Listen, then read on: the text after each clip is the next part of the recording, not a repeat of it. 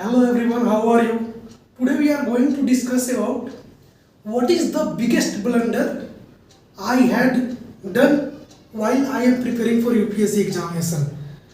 मैं आज इसके बारे में बहुत डिटेल में बात करेंगे कि मैंने वो क्या क्या गलतियाँ किया जो कि सभी लोग करते हैं, बट उसका एहसास आपको 1-2 साल बीतने के बाद होता है, 3-4 साल बीतने के बाद होता है। बट मैं आपको वो बताने जा रहा हूँ कि अगर आप बिगिनर हो या फिर आप कितने दिनों से तैयारी कर रहे हो बट आप उस चीज़ को रिकग्नाइज नहीं कर पा रहे हो, तो आप इस तरीके से रिकग्नाइज कर सकते हो। सो दोस्तों, हम लोग स्टार्ट करते हैं। जैसे कि आप लोग जानते हैं, मेरा नाम आसिफ सोहेल है और बहुत सारे बच्चे नहीं जानते। I have clear 2023 prelims and I have written also mains, but still result is not declared. So you can follow me because I have invest my time in the UPSC preparation and still I am in a process, and I have written this year mains, and this year as you know that how tough the prelims was, and still I cleared in a first attempt without coaching. So you can watch my video because of that only. So guys, आज हम लोग start करते हैं 8 और 10 blunders के बारे में जिसके आप सब लोग करते हैं, और जो बिगनर्स होता है वो तो 100% करता है। तो आप वीडियो को पूरा देखिएगा ताकि आप अच्छे से समझ सको। सबसे पहला ब्लंडर क्या है कि नॉट मेंटेन रेगुलरिटी। बहुत सारे बच्चे ऐसे होते हैं, बहुत सारे एस्पायरेंट ऐसे होते हैं जो रेगुलरिटी को मेंटेन नहीं कर पाते। They do not follow consistency there syllabus.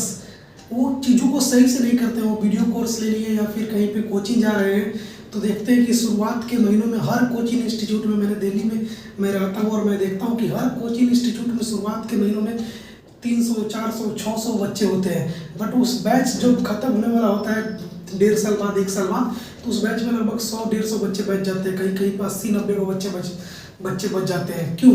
क्योंकि शुरू में आपके अंदर एक इंतजाज रहता है, आपके अंदर एक जिज्ञासा रहता है, आपके अंदर एक क्रेज रहता है कि मैं तो अब अफसर बन ही जाऊंगा। बट प्रोसेस में आप लोग नहीं कर पाते, प्रोसेसिंग आप लोग नहीं कर पाते, आप प्रोसेस में नहीं जा पाते। तो प्रोसेस में नहीं जा पाते क्यों? क्योंकि आपके अंदर कंसिस्टेंसी की कमी होती है, रेगुलरिटी की कमी होती है। और आपको पता ही होगा वो खरगोश और कछुए वाला। खरगोश जो होता है वो अपने आप को कॉन्फिडेंस समझता है कि अरे मैं तो पहुंच ही जाऊंगा, बट कछुआ जो है कंसिस्टेंसी चलते चलते अपने मंजिल को पहुंच जाता है। तो ये गलती मैंने भी करी थी शुरुआत के फर्स्ट फेज में, जब मैंने 2021 में प्रिपरेशन स्टार्ट किया था। इस वजह से मुझे कुछ दिनों बाद रियलाइज हो गया कि मैं गलतियाँ कर रहा हूँ, तो मैंने अपने आप को सुधारा। तो आप लोग इसको जरूर सुधारिए अगर आप बिगिनर है तो। अब देखिए, दूसरा आता है procrastination. We don't have plenty of time. अब देखिए, प्रोकास्टिनेशन मीन्स कि हम लोग आज के कामों को कल पे टाल देते हैं। मीन्स कि प्रोकास्टिनेट करते हैं कि चलो आज मेरा कुछ बैकलॉग लग गया, इसको कल कर लेंगे, फिर कल सोचते हैं कि छोड़ो परसों कर लेंगे, परसों कभी आता नहीं है। तो इस तरीके से हम लोग का बैकलॉग बहुत बोझ बन जाता है और लास्ट में हम लोग सोचते हैं कि चलो इसको छोड़ ही देते हैं, पढ़ाई करना ही बंद कर देते हैं। तो प्रोकास्टिनेट नहीं करना है आपको, हर दिन कुछ ना कुछ कामों को करना है। जैसे कि मैंने पहला बताया कंसिस्टेंसी, आपके अंदर कंसिस्टेंसी होना चाहिए। भले आप 5 घंटे पढ़े, 6 घंटे पढ़े, लेकिन रेगुलर पढ़े। ऐसा नहीं होना चाहिए कि एक दिन पूरा दिन रात पढ़ रहे हैं और 2 दिन दिन रात सो रहे हैं, तो फिर कोई फायदा नहीं है। 5 घंटे ही पढ़िए बट रेगुलर पढ़िए, और साथ ही साथ प्रोकास्टिनेशन से बचिए, क्योंकि कंसिस्टेंसी तभी मेंटेन होगा जब आप प्रोकास्टिनेशन छोड़िएगा। क्योंकि प्रोकास्टिनेशन करिएगा तो आपके ऊपर बैकलॉग का बोझ बढ़ जाएगा। और एंड आपको पता ही है कि delay decision leads to deny decision, यानी डिसीजन जितना डिले होगा उसका डिनाई होने का, यानी उसका ना होने का चांस बहुत ज़्यादा हो जाता है। तो प्रोकास्टिनेशन से बचना है और आपको कंसिस्टेंसी मेंटेन करना है। ना उठा रहता है going forward without any planning. अब देखिए, हम लोग को बहुत सारे बच्चे जो होते हैं वो कुछ नहीं प्लान करते हैं कि हमें क्या पढ़ना है क्या नहीं पढ़ना है, बस बुक उठाएंगे, लेक्चर उठाएंगे और देखना स्टार्ट कर देंगे, कोई प्लान नहीं करते हैं। तो प्लानिंग करना बहुत ज़्यादा जरूरी है। शुरुआत में मैं भी ऐसा ही करता था, किसी दिन कुछ पढ़ लेता था, किसी दिन कुछ पढ़ लेता था, तो फिर बाद में रियलाइज होता था कि अरे मैं कुछ पढ़ा ही नहीं, फिर से मुझे शुरुआत करना पड़ता था। तो ये मैं आपको बता रहा हूँ क्योंकि ये गलतियाँ मैंने खुद की है। तो आपको प्लान करके पढ़ना है। आप एक छोटा सा डायरी बना सकते हैं और उस डायरी में इस तरीके का आप छोटा सा डायरी बना सकते हैं। इस डायरी में आप अपने प्लान को लिखिए कि आज मुझे ये कंप्लीट करना है, ये चीज़ें ख़त्म करना है, और इस तरीके से आप चीज़ों को प्लान कीजिए। क्योंकि बोला जाता है ना कि if you do not plan then you plan to fail. यानी अगर आप कोई चीज़ का प्लान नहीं करते हैं, इसका मतलब है कि आप फेल होने का प्लानिंग कर रहे हैं। तो आपको प्लान करते रहना है, प्लान करके बनाना है कि हमें इतने दिनों में इतना सिलेबस करना है। और प्लानिंग जो होना चाहिए, ऐसा नहीं कि हम रोज रोज प्लानिंग ही कर रहे हैं, प्लानिंग करने में ही 4-4 घंटा 5-5 घंटा लगा देते हैं। नहीं, बहुत सारे ऐसे होते हैं लोग जो केवल प्लानिंग ही करते हैं, पढ़ते कुछ नहीं है। तो प्लानिंग ऐसे नहीं करना है। प्लानिंग आपको ऐसा होना चाहिए कि ये पॉलिटी का बुक है लक्ष्मीकांत का, इसको मुझे 1 मंथ के अंदर खत्म करना है। और आपको उसको डिवाइड कर लेना है कि 1 दिन में इतना चीज़ पढ़ूंगा या फिर 1 दिन में ये चैप्टर पढ़ूंगा। आपके पास कोई वीडियो लेक्चर देखना है, उस वीडियो लेक्चर 30 वीडियो लेक्चर है तो 30 वीडियो लेक्चर है तो 1 दिन में 1 लेक्चर देखूंगा तो 30 दिन में खत्म हो जाएगा, नहीं अगले मंथ तक खत्म हो जाएगा। नहीं, कम से कम आपके पास मंथली प्लानिंग होना चाहिए। अगर आप और ज़्यादा सीरियस है तो आपके पास वीकली प्लानिंग होना चाहिए। मीन्स प्लानिंग करना बहुत ज़्यादा जरूरी है। तो अभी तक मैंने 3 चीज़ बताया। पहला, आपको बिल्कुल कंसिस्टेंस रहना है, आपको बिल्कुल रुकना नहीं है, कम से कम 2-3 घंटा 5 घंटा रोज पढ़िए। दूसरा, आपको प्रोकास्टिनेशन नहीं करना है, क्योंकि प्रोकास्टिनेशन कीजिएगा तो कंसिस्टेंसी नहीं रह पाइएगा। और प्रोकास्टिनेशन करने से क्या होता है कि आपके पास एक तो टाइम ज़्यादा नहीं है, आप यहाँ पे पंचसल्ला सुबह तो बना कर आए नहीं है कि 5 साल लगाएंगे प्रिपरेशन में ही, तो इसीलिए टाइम नहीं है। तो प्रोकास्टिनेशन करिएगा तो आपका सिलेबस लेट से कवर होगा और फिर आप के अंदर वो इंथुजियाज्म नहीं रहेगा। तीसरा, मैंने आपको बताया कि हम लोगों को क्या करना है, हम लोग को स्ट्रेट फॉरवर्ड नहीं जाना है, इसी तरीके से नहीं जाना है, हम लोग को प्लान करते हुए चीज़ों को ले चलना है। उसके बाद फिर 4th नंबर क्या है, ignoring essential. Ignoring doesn't change thing. बहुत सारे ऐसे एस्पायरेंट होते हैं जो कि मैं भी कभी कभी ऐसा करता था कि मैं सोचता था कि मैं ये नहीं पढ़ूंगा तो क्या है, जरूरी थोड़ी है ना कि सारा इसी से आएगा, एक छोड़ देता हूँ क्योंकि GS1 में इतना सारा सब्जेक्ट पढ़ना है, एक छोड़ ही दूंगा तो बाकी सब तो मैं कर ही लूँगा। बट ऐसा आपको नहीं करना है। कोई भी चीज़ को, कोई भी इसेंशियल चीज़ को इग्नोर नहीं करना है। जैसे आपका बेसिक बुक्स हो गया, बेसिक बुक्स आपके, जैसे मैंने आपको पहले बताया था कि मैंने किस तरीके से बेसिक बुक्स को फॉलो किया था, जैसे NCERT हो गया, कुछ बेसिक स्टैंडर्ड बुक हो गया, इन सभी चीज़ जो है क्या इसेंशियल है, आप इसको छोड़ नहीं सकते हैं। जैसे करंट अफेयर्स हो गया, जैसे करंट अफेयर आप रेगुलर नहीं पढ़ते तो आपको PT 365 मेंस के लिए, प्रीलिम्स के लिए, या फिर आपको न्यूज एनालिसिस हो या फिर एडिटोरियल वगैरह पढ़ना होगा। तो ये सब चीज़ जो है क्या है, बेसिक्स है। बेसिक्स आपको बिल्कुल नहीं छूटना चाहिए, क्योंकि बेसिक अगर छूटिएगा और छूटेगा और आप उसको इग्नोर कीजिएगा तो इग्नोर करने से चीज़ें जो है चेंज नहीं होती हैं, क्योंकि इग्नोरिंग डजंट चेंज थिंग। बहुत सारे ऐसे बच्चे होते हैं जो सोचते हैं कि अरे मेरा इकोनॉमिक्स बहुत ज़्यादा वीक है तो मैं इकोनॉमिक्स को छोड़ देता हूँ, उसके जगह दूसरे सब्जेक्ट को पढ़ता हूँ। तो ऐसा थोड़ी है कि आप इकोनॉमिक्स को छोड़ दीजिएगा तो टीचर UPSC आपसे नहीं पूछेगा, UPSC तो पूछेगा ही। एक कहावत है ना, वो अफ्रीका में एक ऐसा पक्षी होता है जो अपने शिकारी को देखकर अपना मुंह को छुपा लेता है।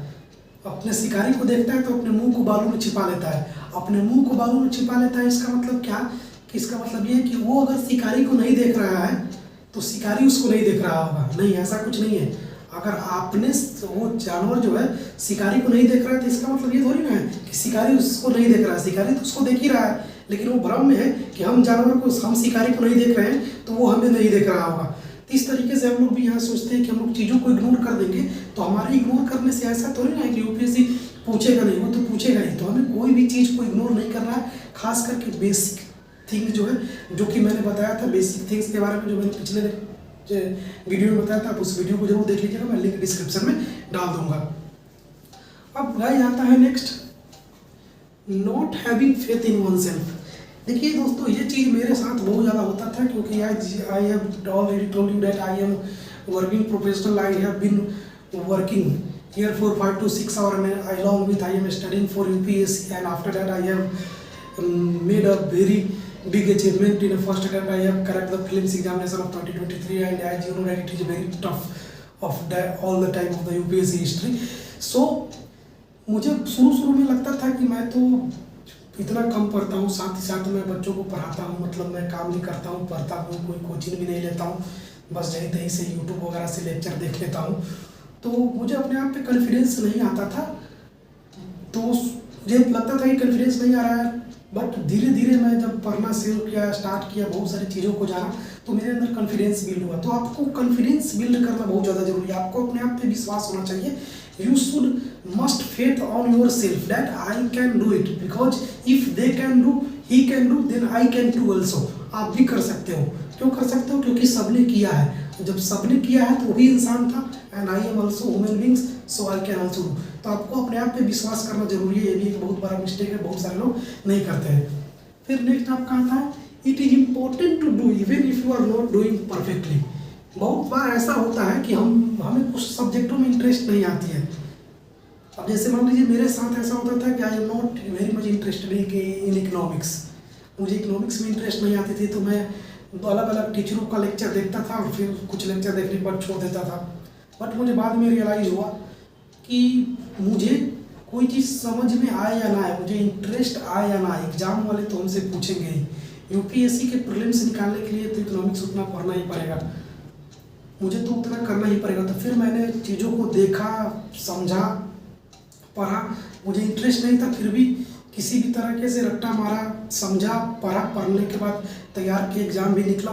तो इस इन द सेंस मैं ये बताना चाहता हूँ कि आप किसी चीज़ को परफेक्ट करो या ना करो, आपसे उसका नोट सही नहीं बन पा रहा है, आप उसको सही से नहीं समझ पा रहे हो, बट उसे कंसिस्टेंटली करते रहो, एक दिन वो पूरा खत्म होगा और आपको समझ में भी आएगा और आप कर भी लोगे, क्योंकि कम से कम उतना पढ़ लोगे कि जितना आपके एग्जाम में आ सकता है। तो आप करते रहो, क्योंकि कोई चीज़ आपका कमजोर है तो इसका मतलब ये नहीं कि हम उसको छोड़ दें, आपको करते रहना है। भले आप उसको परफेक्ट तरीका से नहीं कर पा रहे हो, बट आपको फिर भी करते रहना है, क्योंकि आपको पढ़ना है। यूपीएससी आपको ना पढ़ने से ऐसा नहीं है कि यूपीएससी क्वेश्चन नहीं पूछेगा, वो पूछेगा ही पूछेगा। सो अगर आप नहीं पढ़िएगा तो दूसरा कोई पढ़ रहा होगा और वो उस क्वेश्चन के आंसर देगा और वो आगे निकल जाएगा और आप वहीं रह जाइएगा। सो आपको वो सारी चीज़ों को पढ़ना है जिसमें आपको इंटरेस्ट नहीं आ रहा है। Getting too emotional, letting go practically and objectively. बहुत सारे बच्चे ऐसे होते हैं जो बहुत ज़्यादा इमोशनल हो जाते हैं कोई सब्जेक्ट को लेकर, कोई एक पार्टिकुलर थिंग को लेकर। जैसे मैं था कि मुझे हिस्ट्री से, जियोग्राफी से काफ़ी लगाव था, तो मैं उसमें काफ़ी ज़्यादा अपना टाइम इन्वेस्ट किया हिस्ट्री को पढ़ने में। हिस्ट्री को पढ़ा, लगभग मैंने 3-4 महीना हिस्ट्री को पढ़ने में ही केवल लगा दिया था। तो वो उस समय मुझे रियलाइज हुआ था कि मुझे इतना टाइम देना नहीं चाहिए, क्योंकि उतना टाइम में तो इतना सारा कंटेंट हो जाएगा कि मैं क्या कहूँ, बट मैंने टाइम ज़्यादा दे दिया, बट उसका कोई फायदा नहीं है। तो आपको कोई सब्जेक्ट के साथ इमोशनल नहीं होना है। In fact it is UPSC, and in the examination of UPSC you have to make a balance, कि आपको उतना ही पढ़ना है जितना एग्जाम में आएगा। You have to have a generalist approach, not a specialist approach. ऐसा नहीं कि आपको अगर इन्वायरमेंट में बहुत ज़्यादा रुचि है तो आप इन्वायरमेंट को ही पढ़े जा रहे हैं, एकदम 50 क्लास 100 क्लास हर दिन उसी को पढ़ रहे। नहीं, आपको रिक्वायरमेंट उतना ही है जितना आपके एग्जाम में पूछेगा। सिलेबस से बाहर का कुछ मत पढ़िए। हाँ, उसके लिए अगर आपके अंदर बहुत ज़्यादा इंटरेस्ट है तो आप ज्वाइनिंग लेने के बाद आपको पीएचडी करना होगा तो पीएचडी कर लीजिएगा। बट फिलहाल if you are not getting into the job, you are not getting selected into the cadre और एग्जामिनेशन और selection, then till you must have to focus on what the syllabus has given to you, to make sure that you don't have to be the emotional towards any subject that it is a very good subject, so I am going, it is a very good subject, so I am going. No, you have to make a balanced approach that you will get each and everything in a balanced manner. Next आता है not taking breaks. Taking break is not a sin, everyone need rest after working hard. देखिए, बहुत सारे बच्चे ऐसे होते हैं, लोग ऐसे होते हैं जो सोचते हैं कि हम सिविल सर्विस का तैयारी कर रहे हैं तो मुझे मेरे चेहरे पे खुशी नहीं आना चाहिए। I must be a serious every time, whoever watch me they saw me only seriousness on my face। ऐसा तो नहीं है, भगवान ने तो ऐसा नहीं बोला है कि तुम यूपीएससी के स्टूडेंट हो और सीरियस नहीं हो। मैं देख रहा हूँ ऊपर से, मैं तुमको इस बार सिलेक्शन नहीं दिलाऊंगा क्योंकि तुम सीरियस नहीं दिख रहे हो, तुम मजे कर रहे हो, तुम रेस्ट कर रहे हो। अरे ऐसा कुछ नहीं है, आप वर्क हार्ड करो, रेस्ट जरूरी है, क्योंकि रेस्ट इज नॉट अ सिन। आपको हर दिन 1-2 घंटा अपने लिए निकालना पड़ेगा। हाँ, अगर आप वर्किंग प्रोफेशनल तो नहीं निकाल पाओगे, बट फिर भी स्टिल आधे घंटे तो निकाल सकते हो। यानी रेस्ट लेना जरूरी है, ब्रेक लेना जरूरी है। मेरा अप्रोच रहता था कि मैं मंडे टू सैटरडे पढ़ता था और संडे को और सैटरडे नाइट को मैं नहीं पढ़ता था। मीन्स नहीं पढ़ता था, नो रिवीजन, नो बुक, मैं घूमता था, फिरता था और अभी भी ऐसा ही करता हूँ। तो मीन्स कि आपको एक ब्रेक लेना जरूरी है हार्ड वर्किंग के बाद। ऐसा नहीं सोचना है कि हम यूपीएससी के स्टूडेंट हैं और हमारे फेस पे हमेशा सीरियसनेस दिखाई देना चाहिए, हमारे फेस पे हंसी स्माइल नहीं आना चाहिए, क्योंकि जैसे ही स्माइल आएगा भगवान नाराज हो जाएंगे कि अरे ये हंस दिया, और ये यूपीएससी का स्टूडेंट है, इसको इस बार सिलेक्शन नहीं होगा, ऐसा कुछ तो भगवान ने बोला नहीं है। तो आपके अंदर जो है वो खुशी आना चाहिए। आप हमेशा अपने प्रोसेस को एंजॉय कीजिए, क्योंकि ये सिविल सर्विस का प्रिपरेशन एक प्रोसेस है, it is a process, and if you do not enjoy the process then you feel very much burden on yourself and you can't go. आप इस burden को लेकर आप नहीं चल सकते हो, क्योंकि ये इन्फिनिटी वे है। सो प्लीज आप इन 8 बातों पे फोकस कीजिएगा, जो कि ये सब गलतियां मैं करता था, और आप लोग ना करें तो आपके लिए बेहतर होगा। जैसे कि मैंने आपको बताया पहला कि आपको रेगुलरिटी मेंटेन करना है, आपको प्रोक्रास्टिनेशन नहीं करना है, आपको हमेशा प्लान बनाकर चलना है, आपको अपने आप पे विश्वास करना है, आपको बेसिक चीज़ को नहीं इग्नोर करना है। फिर उसके बाद मैंने आपको ये भी बताया कि आप कोई चीज़ करो या ना करो, आप अच्छे तरीके से नहीं भी कर रहे हो फिर भी उसको आपको करना पड़ेगा, क्योंकि वो आपके लिए इम्पोर्टेंट है। तो मीन्स क्योंकि ये यूपीएससी है, अगर आप अभी से गलतियों को नहीं सुधारोगे तो मेरे ख्याल से आप प्रोसेस में आ नहीं पाओगे, और आप का सिलेक्शन भी होना बहुत ज़्यादा मुश्किल हो जाएगा। क्योंकि प्रीलिम्स भी इस बार का इतना टफ था कि मत पूछिए। हमारे सर एक थे, वो हमेशा बोलते थे कि अगर यूपीएससी के पेपर में कोई ऐसा क्वेश्चन दिखे और दिखने के बाद तुम्हें लगे कि ये क्वेश्चन मैं कर लूँगा, तो तुम उस क्वेश्चन को 2-4 बार और पढ़ो, और ये सोचो कि यूपीएससी इतना आसान क्वेश्चन नहीं दे सकता है, पढ़ो कहीं कुछ तुमसे छूट रहा हो। तो सही बात है, अगर आप बढ़िया से प्रिपेयर नहीं होगे और आप देखते होगे पेपर, तो आपको लगता होगा, क्योंकि आप एक मैच्योर हो स्टूडेंट हो, आप अगर तैयारी में हो तो जरूर प्रीवियस ईयर पेपर को देखते होगे कैसा क्वेश्चन आता है। तो उस तरीके के क्वेश्चन को टैकल करने के लिए इस तरीके के वर्क करना पड़ेगा आपको। ये तो मैंने बताया कि the mistake which I have made, but next video में मैं आपको बताऊंगा कि मैं किस तरीके से अपने टाइम को मैनेज करता था, मैं किस तरीके से वर्किंग प्रोफेशनल होते हुए भी अपनी पढ़ाई को मैनेज करता था, मैंने चीज़ों को कंप्लीट किया। इन सभी चीज़ों पे बात करूंगा। अगर आपको कोई भी चीज़ें पूछनी हो तो आप कमेंट सेक्शन में बिल्कुल बेझिझक कमेंट कीजिए और पूछिए, मैं आपके सारे कमेंट का जवाब देने का कोशिश करूँगा। और अभी तुरंत एक ग्रुप बनाने वाला हूँ टेलीग्राम पे, आप लोग उसमें जुड़िएगा और चैनल को सब्सक्राइब कीजिए ताकि ज़्यादा से ज़्यादा लोगों तक बात पहुँच सके। और फिर नेक्स्ट वीडियो में मिलते हैं कोई नए टॉपिक के साथ। So guys, stay tuned, work hard and stay blessed. Thank you.